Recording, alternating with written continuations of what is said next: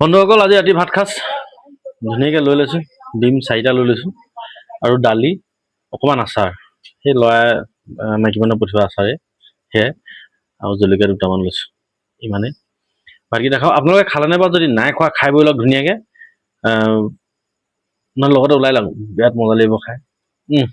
মই হ'লে ধৰি লওঁ দেই, চৰি মোৰ ইংলিছ পেকটো থাকেই যে, এইখন নাখালেনো বাৰু ক'ত বাৰু ৰাতি টোপনি যাব পাৰে, হয় এনেকৈয়ে খাব পাৰি ন বাৰু? এনেকৈয়ে খাওঁ আৰু অকণমান। আমাৰ এজন আছে চাই আছে ভিডিঅ' কেনেকৈ বনাই বোলে এনেকৈয়ে বনাওঁ, মোবাইলটো মুখৰ আগত লৈ পিনি বনাব পাৰিলে, হয় নহয়? জয় শ্ৰীৰাম।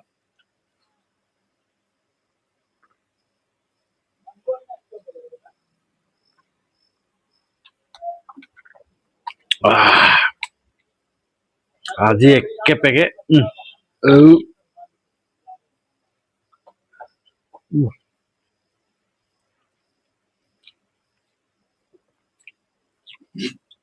কেতিয়াবা ভাতকেইটাই খাব লাগে, হয় নহয় বাৰু?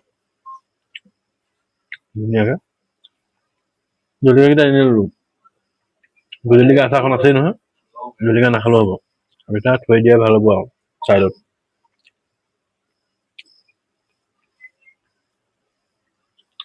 জয় শ্ৰীৰাম। বন্ধুসকল, আপোনালোকে ভাতনো কিহে বনালে কমচে কম কমেণ্ট কৰি ক'ব। ইমান ধুনীয়া ধুনীয়া মানুহবিলাকে কমেণ্ট কৰি থাকে, ভাল লাগে।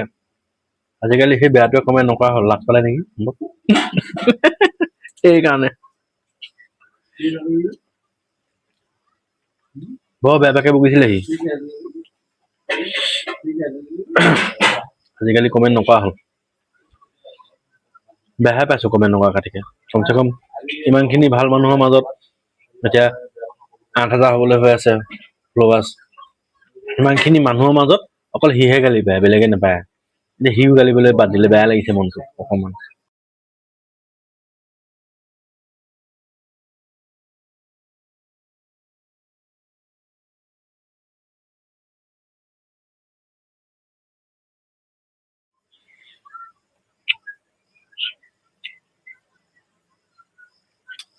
মানুহে খাব জানিলে ঢেৰ মাছ মাংস নালাগে,